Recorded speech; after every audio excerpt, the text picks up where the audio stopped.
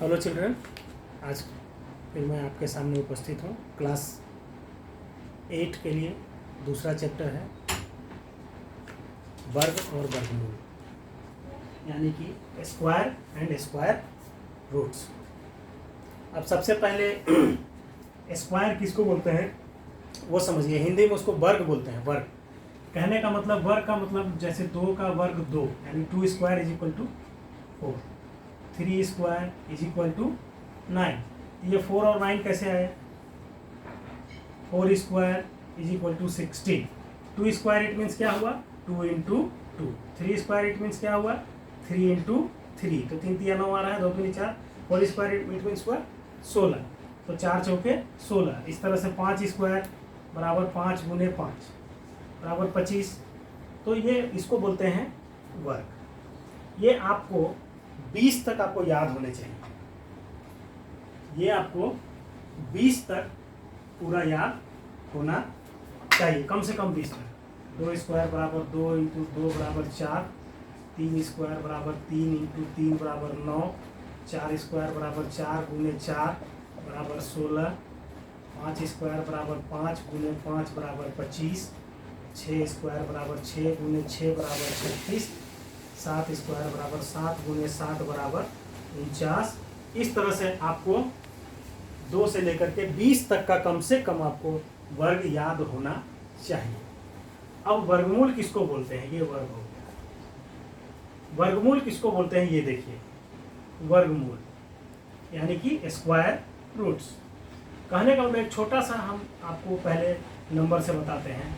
√4 इतना बराबर होता है, √4 का वर्गमूल हो जाएगा 2।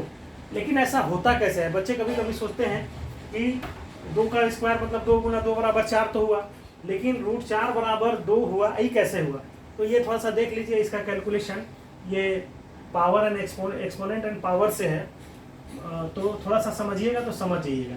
ये रूट का मतलब होता है 4 का पावर, रूट का मतलब होता है पावर आधा, तो 4 का पावर हाफ, तो बराबर 4 को हम कितना लिख सकते हैं? 2 का स्क्वायर का पावर।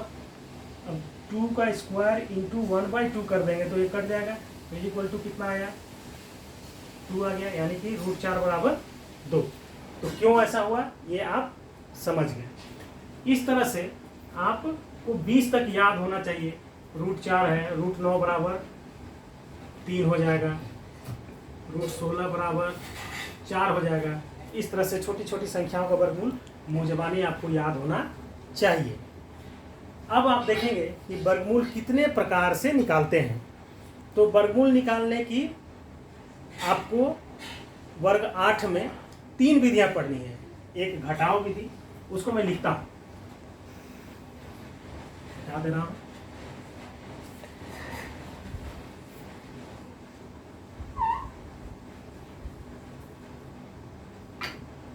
वर्गमूल निकालने की 3 विधियां हैं। पहली विधि है घटाव विधि, दूसरी विधि है अभाज्य गुणनखंड विधि,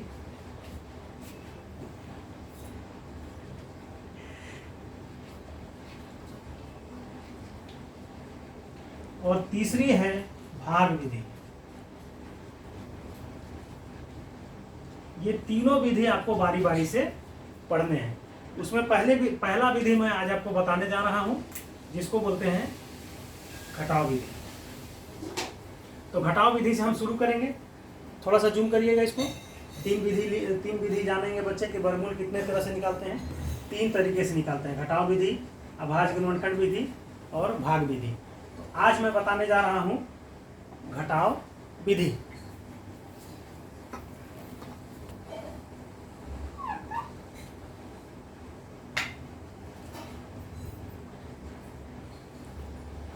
घटाव विधि से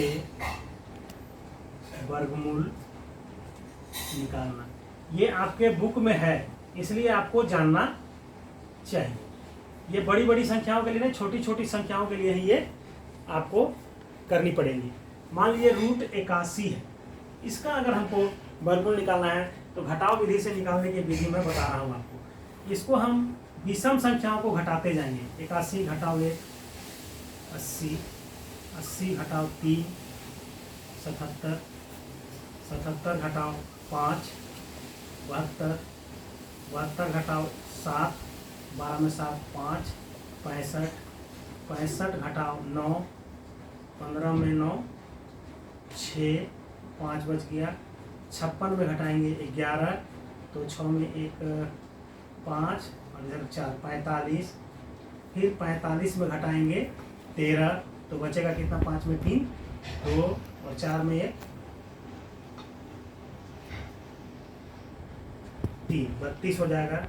फिर 32 में घटाएंगे 15, तो कितना बच जाएगा 17। अब 17 में घटाएंगे 15 के बाद 17, तो आ जाएगा 0। और जब 0 आ जाएगा तो उसके बाद ये इसका काम खत्म हो जाएगा। कितने स्टेप में ये 0 आया तो आप समझेंगे कि काम पूरा हो गया। गिनते हैं 1 2 3 4 5 6 7 8 9। इट मीन्स रूट 81 बराबर कितना हो गया 9। जितने स्टेप में 0 आया वही उसका वर्गमूल होता है। तो इस तरह से घटाव विधि से हम वर्गमूल निकालते हैं।